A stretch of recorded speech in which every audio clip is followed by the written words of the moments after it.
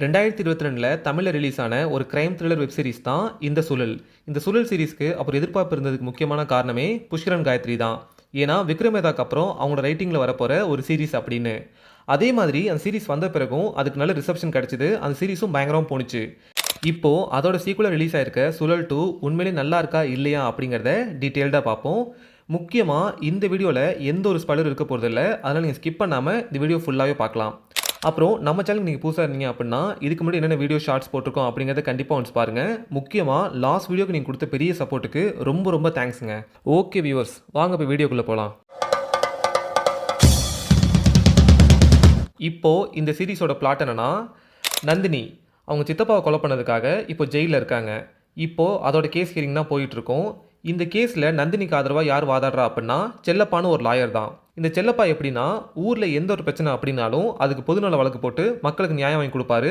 அந்த அளவுக்கு ஒரு நல்ல மனுஷன். இப்போ நம்ம ஹீரோ யாருன்னா எஸ்ஐ சக்கரை. போன பார்ட்டில் நம்ம சக்கரையோட சர்வீஸ் கனை யூஸ் பண்ணி தான் நந்தினி அவங்க சித்தப்பாவை கொலை பண்ணியிருப்பாங்க. அதனால நம்ம சக்கரையை காளிப்பட்டினம் ஸ்டேஷனுக்கு ஒரு டம்மி போஸ்டிங்கில் போட்டிருக்காங்க.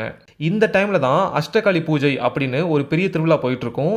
இதுக்கு தலைமை தாங்கி நடத்துறது யாருன்னா நம்ம செல்லப்பா தான். எல்லாமே நல்லா போயிட்டு இருக்கப்ப அந்த திருவிழா ஆரம்பிச்ச அடுத்த நாளே செல்லப்பா அவரோட காட்டேஜில் மர்மமான முறையில் கொலை செய்யப்பட்டு கிடக்குறாரு. இப்போ இந்த கேஸுக்கு டிபார்ட்மெண்ட் சைடில் சக்கரையை தான் இன்வெஸ்டிகேஷன் ஆஃபீஸராக போடுறாங்க. இப்போ இதில் சஸ்பெக்டாக யார் அரெஸ்ட் பண்ணுறாங்க அப்படின்னா முத்து அப்படிங்கிற ஒரு பொண்ணை தான். இந்த பொண்ணு ஏன் செல்லப்பாவை கொலை பண்ணணும் அப்படின்னு ஆரம்பிக்கிற இந்த கதை, இதுக்கப்புறம் இதை தொடர்ந்து என்னென்ன சம்பவங்கள்லாம் நடந்துச்சு அப்படிங்கிறது தான் இந்த சுழல் 2 வெப் சீரிஸோட மொத்த கதையே.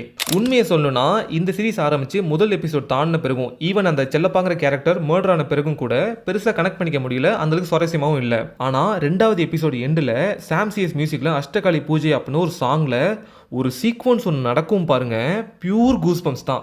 அந்த 8 பொண்ணுங்களையும் காமிச்ச விதமாக இருக்கட்டும், அவங்க கேரக்டர் பிளேஸ் பண்ண விதமாக இருக்கட்டும், உண்மையிலே செமையான ஒரு ரைட்டிங். அப்புறம் சுழல் 1 மாதிரியே ஒரு திருவிழாவை மையமாக வச்சு கொண்டு போன ஸ்க்ரீன் பிளே அப்படிங்கிறது நல்லாவே என்கேஜ் பண்ணுச்சு. இந்த வெப் சீரிஸோட மிகப்பெரிய ப்ளஸ்ஸே இந்த சீரிஸோட ஸ்க்ரீன் பிளே தாங்க.